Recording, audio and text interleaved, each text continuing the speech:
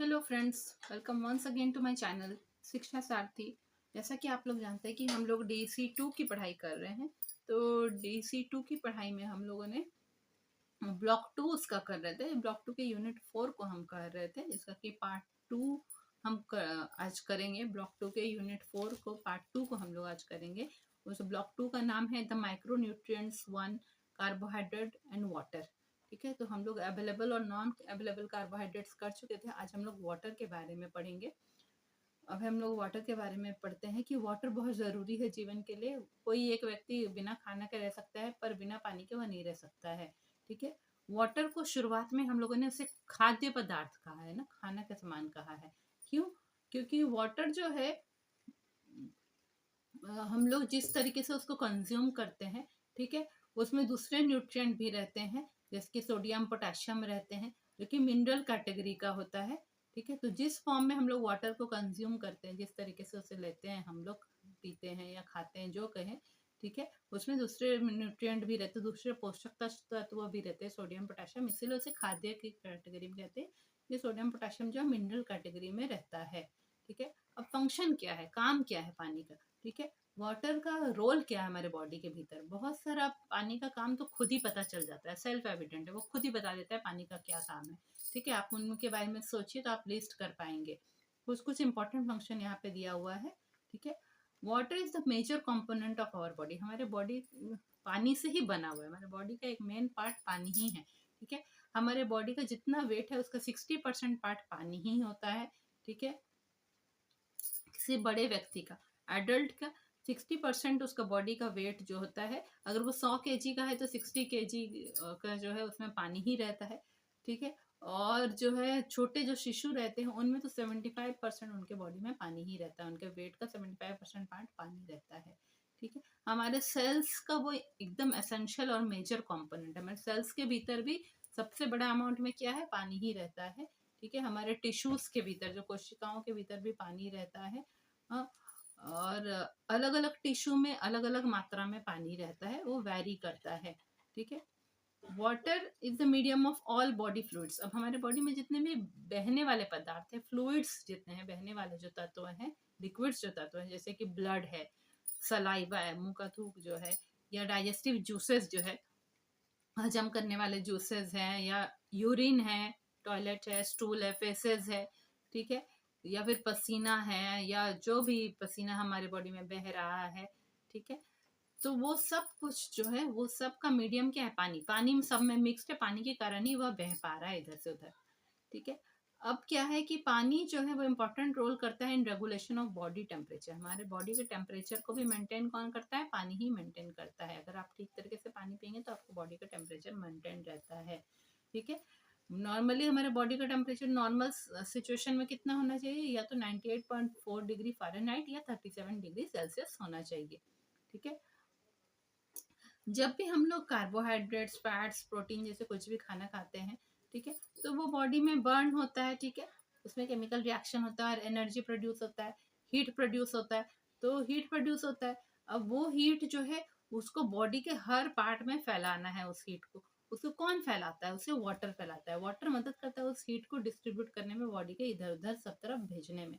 ठीक है, तो अब है कि बॉडी का कुछ पानी कब सूख जाता है? जब हमें जो पसीना निकलता है, वो पसीना जब वाष्प बन जाएगा, जब इवापोरेट हो जाता है ना, वेपर बन के चला जाता है, उस समय भी हमारे बॉडी का पानी कुछ कुछ कम हो जाता है, कुछ वाटर हमारे बॉडी से लूज हो जाता है। ठीक है, तो जब वो हमारे बॉडी का पसीना वेपर बन जाता है, वाष्प बन जाता है, तो धीरे धीरे हमारे बॉडी में ठंडक सी हमको फील होती है, हमारा बॉडी ठंडा होता है। क्यों? क्योंकि ये जो पानी इवापोरेट होने के लिए क्या किया, वह हमारे बॉडी के ही हीट को यूज किया अपने आप को वेपर बनाने में।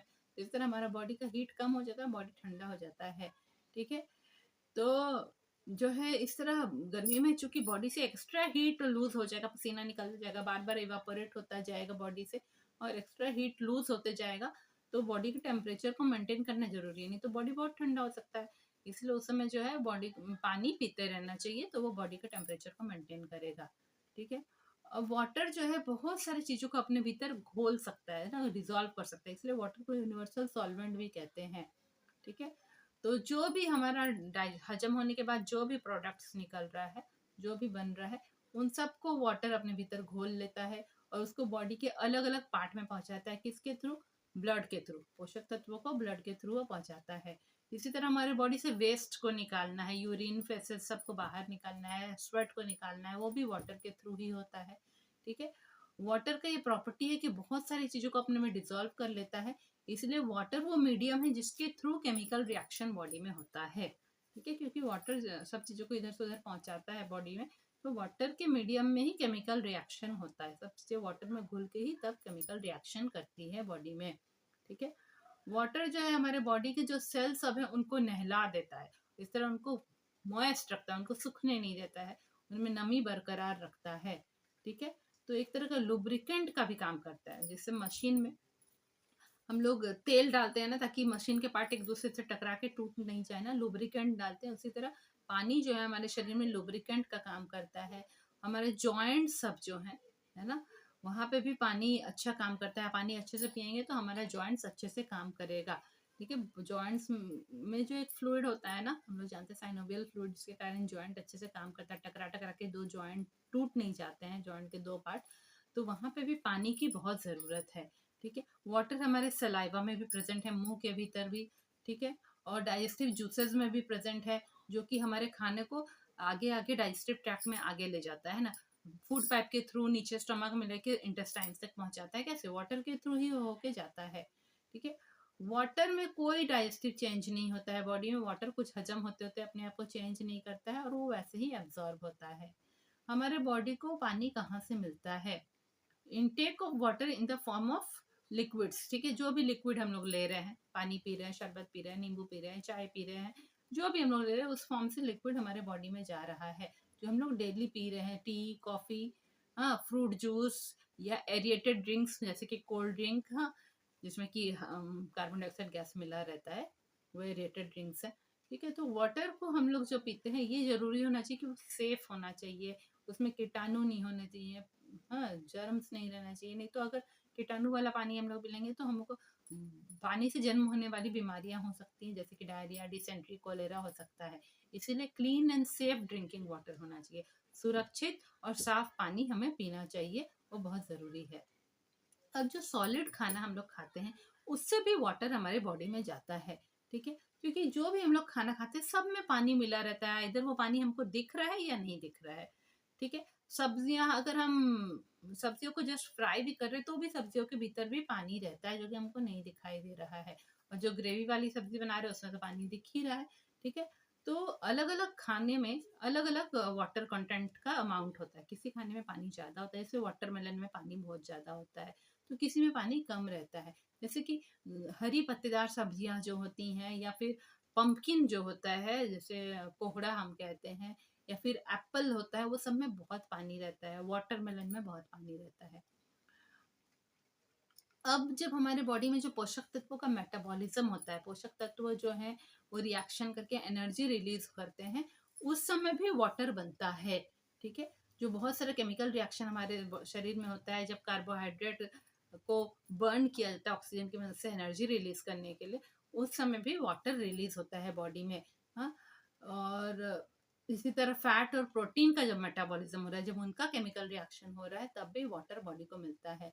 तो जो वाटर अवेलेबल है हमारे बॉडी को कहाँ कहाँ से मिल रहा है? पीने के कारण, जो सॉलिड फूड है उसके थ्रू, लिक्विड फूड के थ्रू, और जो केमिकल रिएक्शन हमारे बॉडी में मेटाबॉलिज्म के कारण हो रहा है, वो सब के कारण पानी मिलता है। Water balance. अब जैसे जैसे हम लोग वाटर को यूटिलाइज करते हैं अपने बॉडी के अलग अलग कामों के लिए, वाटर को यूटिलाइज करते हैं, तो कुछ वाटर हमारे बॉडी से निकल भी जाता है। किसके थ्रू? किडनीज के थ्रू, हमारे स्किन के थ्रू, पसीने से, लंग्स के थ्रू, जब हम लोग सांस लेते हैं उस समय भी, और डाइजेस्टिव ट्रैक्ट के थ्रू, है ना, यूरिन के रूप में भी निकल जाता है। ठीक है। तो बहुत सारा अमाउंट ऑफ वाटर हम लोग पसीने के थ्रू भी लूज कर देते हैं। जब हमें पसीना आता है, हमारे स्किन के थ्रू भी बहुत सारा पानी बाहर चला जाता है।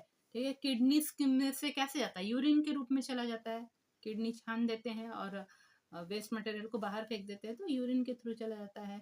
इसी तरह डाइजेस्टिव ट्रैक्ट में जो है, चाहे हमारे मुंह में सलाइवा आए, या फिर जो है हम सुबह पॉटी जा रहे हो, फेसेस जो निकल रहा है हमारे बॉडी से, उसके थ्रू भी चला जा रहा है। ठीक है। जो हम लोग सांस ले रहे हैं अपने फेफड़ों की मदद से, उसमें भी कुछ पानी बाहर चला जाता है। ठीक है, तो बॉडी जो है मेंटेन करता है बैलेंस, हम जितना पानी ले रहे हैं और जितना पानी वो बाहर लॉस कर रहा है उसके थ्रू वो मेंटेन कर रहा है। जो पानी वो लॉस कर रहा है उसे एक्सक्रीशन के थ्रू, एक्सक्रीशन क्या होता है कि वेस्ट प्रोडक्ट को बाहर फेंकना, ठीक है, तो एक्सक्रीशन के थ्रू पानी कुछ लॉस कर रहा है बॉडी, और जो हम इनटेक कर रहे हैं इंजेक्शन, उसके थ्रू पानी बॉडी में आ रहा है। तो इस तरह बॉडी मेंटेन करता है अपने वाटर बैलेंस को। तो अब हम लोग ये यूनिट खत्म होने को आया जो है, ये यूनिट 4, इसके बारे में हम लोग उसको थोड़ा सम अप करेंगे कि जो है खाना हम लोग को मेजर कैटेगरी ऑफ पोषक तत्व न्यूट्रिएंट देता है, carbohydrate, fat, protein, mineral, vitamin और वाटर। कुछ कुछ को हम लोग इनमें से मैक्रो न्यूट्रिएंट कहते हैं और कुछ कुछ को माइक्रो। माइक्रो वो जो बहुत कम अमाउंट में जरूरत है शरीर को, मैक्रो वो जो ज्यादा अमाउंट में जरूरत है। ठीक है, उनको मैक्रो कहेंगे, जो कम अमाउंट में जरूरत है उनको माइक्रो कहेंगे। हर एक पोषक तत्व का अपना एक एक फंक्शन होता है बॉडी में। ठीक है, कार्बोहाइड्रेट को मेनली 3 कैटेगरी में दिया गया है, स्टार्च, शुगर और फाइबर में।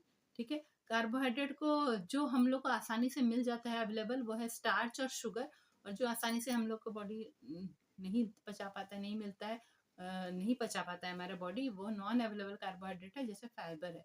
ठीक है, अवेलेबल कार्बोहाइड्रेट जैसे शुगर और स्टार्च हमारा बॉडी डाइजेस्ट कर पाता है।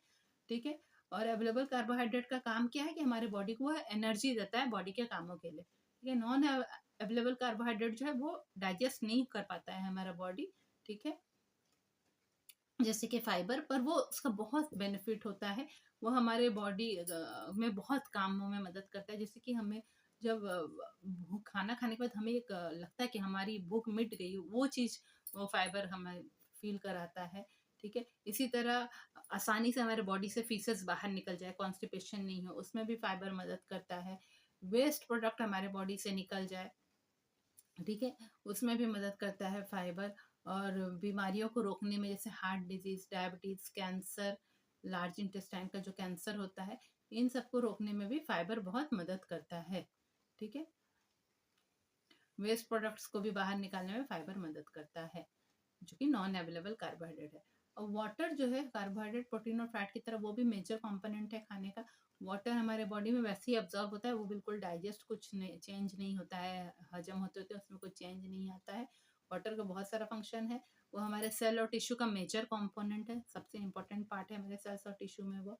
ठीक है, वो हमारे बॉडी में जितना फ्लूइड बह रहा है सबका वही मीडियम है, उसी में सारे फ्लूइड मिक्स हुए हैं। वो बहुत सारे सब्सटेंस को बॉडी में इधर उधर ट्रांसपोर्ट करने में मदद करता है। बॉडी का वेस्ट प्रोडक्ट को बाहर निकालने में वाटर मदद करता है। हमारे बॉडी टेम्परेचर को मेंटेन करता है नॉर्मल रेंज में वाटर। ठीक है, तो हमारा ये यूनिट 4 कंप्लीट हो गया है। ये यूनिट 4 था macronutrients 1, carbohydrate and water, complete हो गया है। जल्दी ही हम लोग ब्लॉक 2 के यूनिट 5 में मिलेंगे, मिलते हैं नए वीडियो में। थैंक